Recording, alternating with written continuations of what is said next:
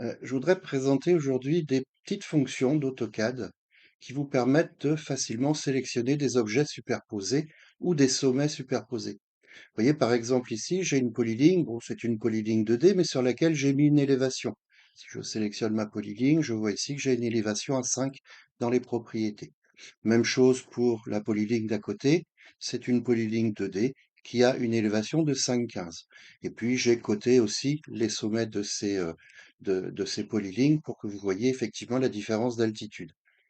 Si vous souhaitez tracer, par exemple, une polyligne 2D ou 3D, au départ du sommet qui est ici. Vous êtes d'accord qu'ici, il y a deux altitudes possibles, 5 ou 5,15. Donc, quand vous allez lancer votre commande de dessin de polyligne 3D, vous allez poser votre curseur ici. Je suis en mode accrochage objet uniquement extrémité là pour l'instant. Et donc, effectivement, quand je clique ici, bah, j'ai une chance sur deux d'avoir soit le 5, soit le 5,15. Il faut à ce moment-là vous référer aux coordonnées que vous avez ici. Si vous n'avez pas les coordonnées, allez dans le menu ici, dans le bouton de personnalisation et demandez tout en haut à afficher les coordonnées. Une fois que vous avez ces coordonnées, vous voyez que quand vous posez votre curseur en accrochage sur un sommet, il vous donne l'altitude de ce même sommet. Donc là, il s'accroche à l'altitude 5. Or, manque de bol, moi, je voudrais m'accrocher à l'altitude 5,15. Donc, il va falloir que j'aille chercher l'altitude d'à côté. Pour cela, utilisez la touche Tab de votre clavier, la touche qui est à gauche de votre lettre A, hein, du caractère A sur le clavier. Et en tabulant, vous allez pouvoir vous accrocher, voyez en bas sur les coordonnées, 5,15. Si vous retabulez, il va vous reproposer cette fois-ci le 5 de la polyligne de gauche. Si vous retabulez encore, il va vous proposer une autre extrémité, etc. Vous pouvez tabuler plusieurs fois jusqu'à ce que vous trouviez le point d'accrochage avec son altitude qui vous convient. Et quand vous avez l'altitude qui vous convient, vous cliquez, je vais prendre le 5 par exemple, vous cliquez et vous dessinez votre objet.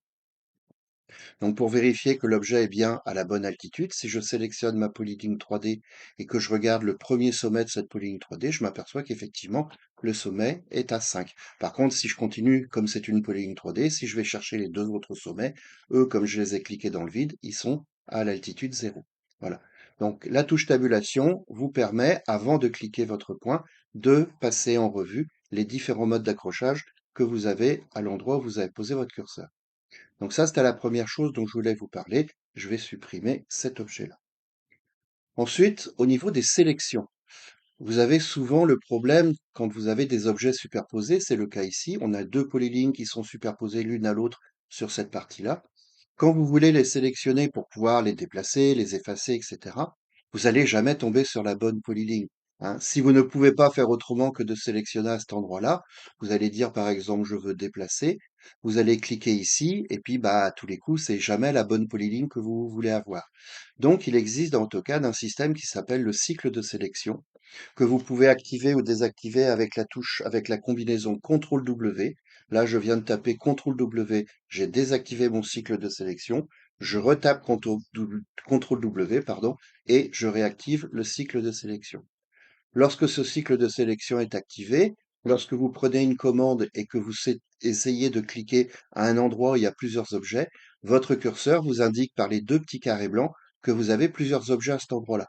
Et en cliquant à ce moment-là, il va vous proposer les différents objets. Vous avez la petite polyligne, vous avez la grande polyligne. Si c'est la grande que vous voulez, vous cliquez lorsque vous avez la surbrillance et vous venez de sélectionner votre polyligne. Et à ce moment-là, je peux continuer ma commande et déplacer ma polyligne éventuellement. Voilà, CTRL W pour activer ou désactiver la sélection cyclique.